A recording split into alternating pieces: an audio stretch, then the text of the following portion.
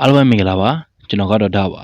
အရင်ဗီဒီယိုတွေတော့ cloud code အကြောင်းပြောထားတာဆိုတော့ဒီတစ်ခါမှာတော့ထူးခြားလေးဖြစ်သွားအောင် cloud code ကိုကောက်တာတဲ့ effect တွေဖြစ်တဲ့ resilient အကြောင်းကိုပြောပြပေးတော့ပါမယ် mobile legend ထဲမှာ cloud code ကိုကောက်တာတဲ့ effect တွေနဲ့စုစုပေါင်း3ခုရှိပါတယ်အဲ့ဒီကတော့ purify cloud code immune နဲ့ resilient တွေပဲဖြစ်ပါတယ် purify က cloud code ကိုကောက်တာနေမှာက support ချစ် stat အကြီးစားတွေပါကောက်တာတဲ့အပြင် defect တွေပါဖြောက်ဝေးနေပါတယ် cloud code immune ကတော့ cloud code တွေကိုကောက်တာနိုင်ပေမဲ့ support ချစ် stat အကြီးစားတွေကိုတော့မကောက်တာနိုင်ပါဘူးနောက်ဆုံး effect ကတော့အခုပြောမယ် resilient ပဲဖြစ်ပါတယ် resilient ဆိုတာဘာလဲ resilient ဆိုတာကို hero ပေါ်တက်ရောက်မဲ့ cloud code effect ကြာချေကိုချွတ်ပေးတဲ့ attribute တစ်ခုပဲဖြစ်ပါတယ်အဓိပ္ပာယ်ကတော့ကိုမှ 20% resilient ရှိနေမယ်ဆိုရင် enemy ကတစ်စက္ကန့်ကြာ step ပေးမယ်ဆိုရင်တစ်စက္ကန့်အစား3.6 စက္ကန့်ပဲထိမှာဖြစ်ပါတယ်ဒါပေမဲ့ resilient effect က suspension နဲ့ displacement တွေအပေါ်တော့တက်ရောက်မှုမရှိပါဘူးSupportive scale လူတိုင်းအသိပြီးသားဆိုပေမဲ့ displacement ကဘာလဲဆိုတာမသိတဲ့သူတွေအတွက်ပြောပြရရင် displacement ကကို hero position ကိုပြလို့တဲ့ scale တွေဖြစ်ပါတယ်ဥပမာထိုက်က scale 2တို့6 ultimate တို့လို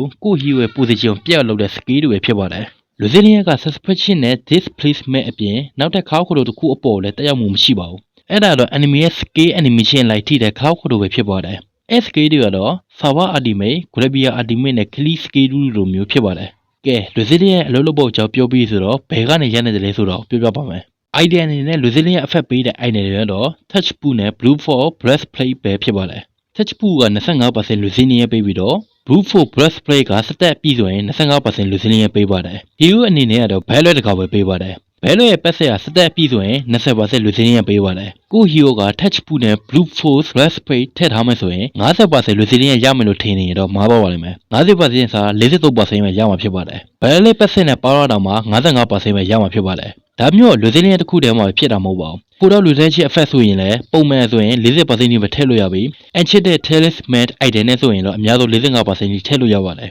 ဒါပေမဲ့ကျွန်တော်မကြိုက်တာတစ်ခုက resilient ကကိုတော့ resilient effect လို့ item တော်တော်များများရှိတဲ့ effect လည်းမဟုတ်ဘူးဒါအပြင် purify နဲ့ cloud code immune လို့ cloud code ကိုလုံးလုံးကြီးကောင်းတာပေးတဲ့ effect လည်းမဟုတ်ဘူးအဲ့ဒါဥမာ resilient effect အပြည့်မရဘူးဆိုတော့မင်းတို့ကမဟုတ်တော့ဘူးကွာမင်းတို့ကမဟုတ်တော့ဘူးကွာကဲဒီဗီဒီယိုလေးတော့ဒီလောက်ပါပဲပရိသတ်တို့လည်း resilient အကြောင်းနဲ့ဘယ်လိုလုပ်လို့လဲဆိုတော့သိသွားမယ်လို့မျှော်လင့်ပါတယ်ကြည့်ရှုပေးတဲ့ကျေးဇူးတင်ပါတယ်နောက်ဗီဒီယိုကြမှာပြန်တွေ့ကြမယ်ကောင်းသောနေ့လေးတွေ